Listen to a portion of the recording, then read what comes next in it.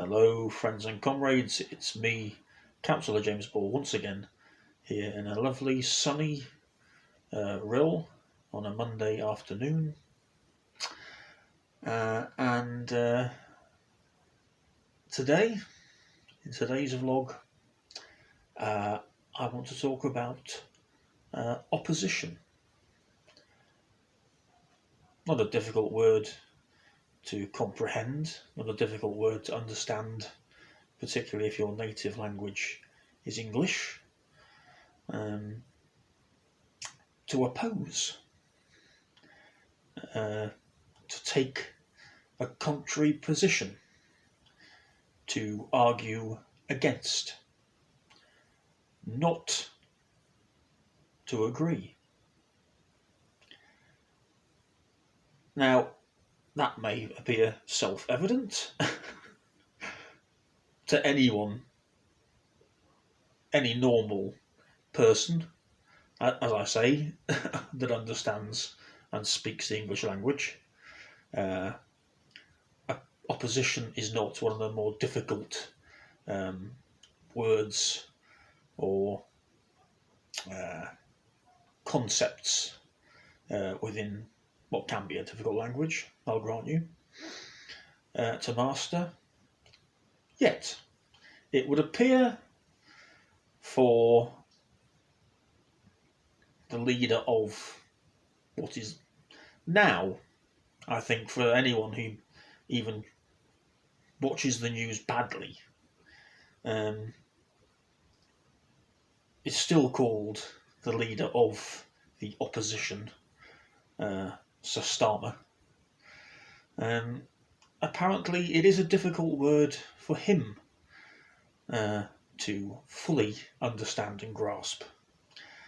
A few days, I think it was yesterday, a news item flashed all over my Twitter feed and YouTube feed of Sir Starmer in the Commons refusing to call for the resignation of Tony Hancock as our health minister. I say that with a straight face. I don't know how I do. Yes, he's our health minister. The man that has presided, let's not forget this, presided over the deaths of more than 100,000 Britons. More than 100,000 extra deaths.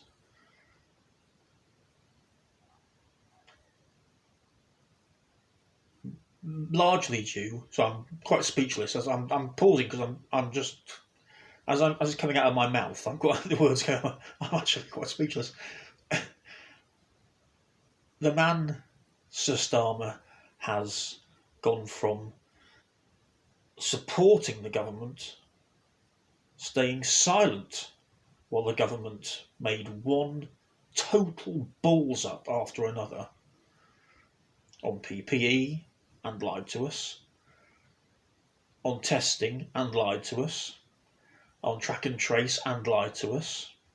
And now we found out, although anyone who follows this government and has followed them for the past 10 years and knows what they are, we find out that contracts, which is the nub of this, contracts were handed out to donors and cronies and friends, literally friends of Mr. Hancock and the Tory party, without the usual crucial checks and balances being put in place beforehand, which are obviously there to protect the vast amounts of public money, your money, not Hancock's, not the Tories, your money, just being given to donors, cronies and friends by any particular government. Hancock's found out. Hancock has to, a judge ruled his actions to be illegal, against the law. Hancock comes to the Commons and tries to make light of it, it was just an oversight. We didn't dot the T's or cross some I's because we were busy trying to save lives. Again, laughable. Over 100,000 dead because of Mr. Hancock's absolute, well, I was going to say absolute fumbling of it all, but I think that's too kind, because of course, as we've just gone over, the COVID crisis and the deaths have been used as cover to carry out one of the greatest strokes of corruption. I mean corruption that we've possibly seen in this country. And that's what it is. Let's not make a mistake. It's corruption. He's been caught out, yet the media are still, as usual, the fourth estate are not doing anything like what they should be doing about it. And Sir Starmer, to get back to opposition here, leader of the opposition, now refuses to oppose even. I saw this today on my little phone. I'll read it to you. It's from Squawk Box, and it says, opposition leader Keir Starmer says deciding whether to oppose is a, quotes, difficult judgment call. I'll carry on. And claims he's not a tap dancer for the Tories. Keir Starmer has appeared on LBC Radio, where caller Anna from Camden challenged him on being a tap dancer for the Tories over his refusal to call for lawbreaker Matt Hancock to resign after the High Court ruled that Hancock's awarding of contracts to Tory donors and mates has been unlawful. What a shocker there. Starmer denied he was a tap dancer, but the leader of the opposition, right, remember that, went on to try to defend himself by claiming that deciding whether to oppose the Tories is a difficult judgment call. Okay. Leader of the opposition claims that deciding whether to oppose the Tories is a difficult judgment call. The clue's in the name. Sir Keir, Sir Starmer, leader of the opposition opposes by definition. By definition, this man's supposedly. Remember at the beginning, everyone was saying what a great analytical mind he had. This man's an absolute sort of genius wizard at analysing complex issues with complex language, and really getting to the meat of any sort of argument, any sort of difficult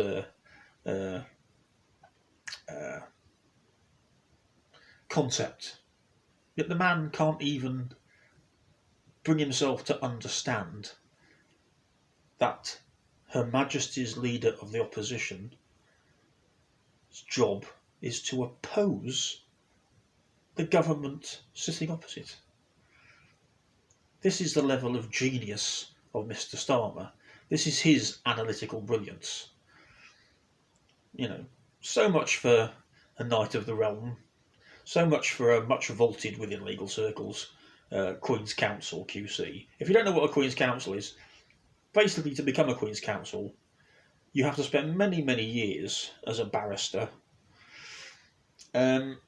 obviously within moving within the right circles, and at some point you hope the Lord Chancellor will do what's called give you silk, which means basically you get silk robes, knee breeches and all that sort of stuff that barristers wear, as opposed to the usual stuff. other barristers called QCs, well, something else. It's not Queen's Counsel. So this man's supposed to be a great mind. You know, we were told he was a great mind. He would lead the opposition, the Labour Party, to new places that the previous 4.5 years of Corbyn and I'm assuming by default the years before that of Ed Miliband, etc., just were completely failing to do. The man can't make his mind up as to whether he wants to oppose or not. When he wants to call for the resignation of someone who's just broken the law and literally stolen your money, billions of pounds of your money, and given it to his friends and cronies. But Sir Starmer's not sure whether he wants to sort of bring that up or say anything about that. Now remember this if you're in England.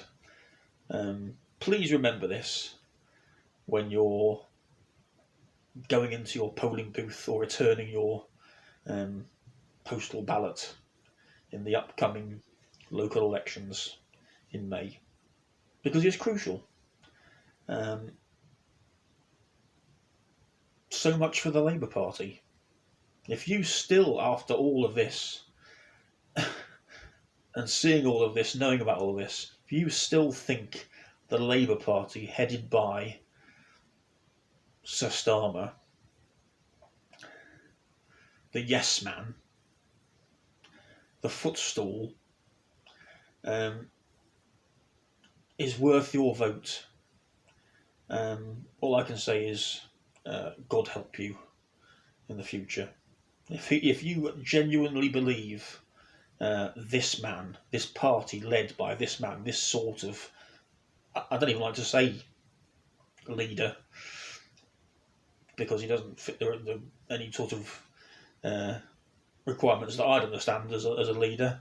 But if you think the party led by this person, or any of its candidates, are worth voting for, are actually going to represent you and your interests, particularly at this time when we're hopefully coming out of the worst of COVID, but with, of course, the knock-on effects economically to you and your family, and families all over the country, as far as jobs and wages, health, housing, all of the stuff we all need. If you think this person and his representatives are going to do a good job of representing you when you need it, when the chips are down, just look at what he's struggling with today, whether to actually oppose or not. As I say, after more than 100,000 people have died, and the people responsible for that have been found guilty by a judge in the UK, in the High Court, of breaking the law and literally committing high-level corruption. If that's your choice, as I say, God help you. I'm sure there's a place in a. Well, I won't go down there. I'm sure there's somewhere you can go for help at some point. But really think about that. I mean, your vote's important. Of course, your vote's important. You only get local elections every sort of 4 years, I believe, in England. Here in Wales, it's every sort of 5 years now. We're not having local elections this time in Wales. We usually do. But because our Welsh parliamentary elections are happening this May, our local government elections have been pushed back to May next year. So councillors here in Wales get 5 years rather than 4. But if you're in England and your local elections are coming up,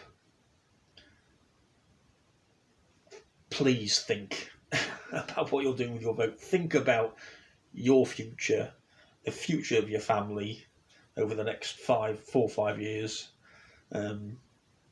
Think about think about the help you're going to need from local representatives that are willing to help you, and go the extra mile.